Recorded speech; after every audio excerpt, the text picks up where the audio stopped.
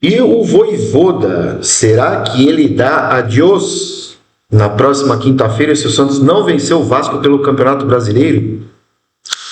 É sobre isso que nós vamos falar em mais esse conteúdo do canal A Voz do Santos, o canal que dá voz a você, torcedor do Peixão, torcedor do nosso Alvinegro. Muito bem, vamos lá. Eu estive me questionando acerca da diferença abissal que existe entre o trabalho não tão recente assim do Vojvoda no Fortaleza e o trabalho atual no Santos Futebol Clube, né? A gente precisa pontuar um paradoxo, que é, de um lado, não tem como comparar a história, a pressão, o tamanho de Santos e de Fortaleza, não é? E o outro lado é que não tem como o Vojvoda ter feito uma campanha tão brilhante há cerca de uns 2 anos atrás no Fortaleza sem ter entrado na mente dos jogadores a ponto de que os jogadores do Fortaleza, na época, comprassem a ideia do treinador e saíssem da lanterna do Campeonato Brasileiro e fossem para uma pré-Libertadores no 8º lugar do mesmo campeonato, né? Na virada do turno. Então, o que há de diferente nisso? Né? Na questão humana, absolutamente nada, porque se você trabalha um grupo de pessoas com mentalidades diferentes, ambições diferentes, estados psicológicos diferentes, por que não fazê-lo com o Santos Futebol Clube? É lógico que a outra ponta do paradoxo nos aponta que temos muito mais pressão no Santos, é um time grande, com todo respeito aqui ao torcedor cearense que também acompanha aqui o conteúdo do canal, mas não tem como comparar uma coisa com a outra, né? Quando você trabalha sem pressão, você trabalha mais, como que eu posso dizer, despreocupado, né? Com o momento, com a situação, com tudo aquilo que o clube vem passando, é muito mais fácil. Que é, por exemplo, o que acontece com o Mirassol, né? Eu gosto muito de citar o exemplo do Mirassol, que é um time que não tem pressão. Não é porque não tem torcida, porque não tem mídia, porque não tem tudo que o Santos tem, que é dor de cabeça, né? Principalmente, sobretudo, na parte de gestão profissional de futebol. Então, o que aconteceu com o Juan Pablo Vojvoda? Será que ele desaprendeu a profissão?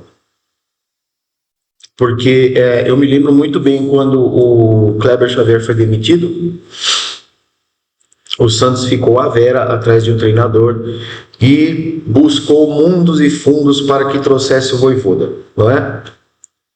E aí o Vojvoda veio, aceitou treinar o Santos, coisa que a gente sabe muito bem que o Santos vai ter uma dificuldade enorme se o Vojvoda cair na próxima quinta-feira. Quem aceita treinar o Santos Futebol Clube? Qual é o atrativo que o Santos tem? Qual é o projeto? É um projeto de permanência? É um projeto de... Qual é a ambição do Santos na Copa do Brasil? Qual é a ambição do Santos na Copa Sul-Americana?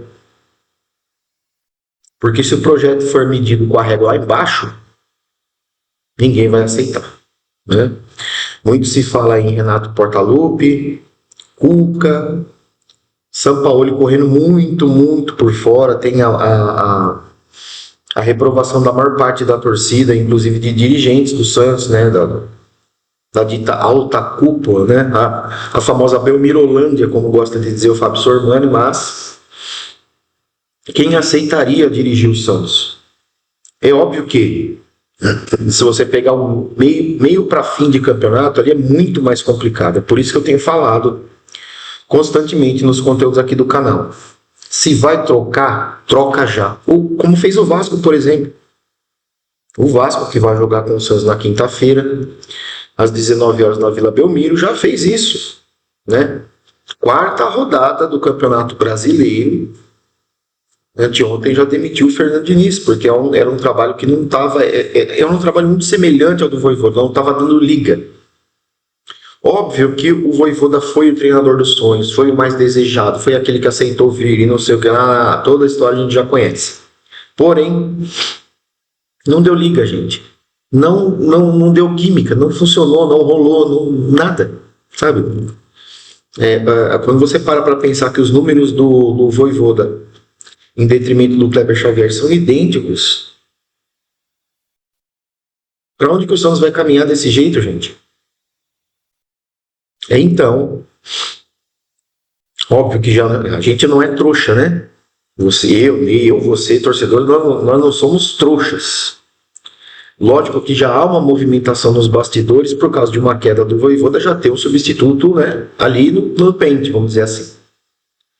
Mas a gente sabe e espera, principalmente, que coincidentemente em um jogo contra o Vasco da Gama, o Santos não me tome 6 de novo dentro de casa, né, como mandante da partida, para que seja tomada uma providência.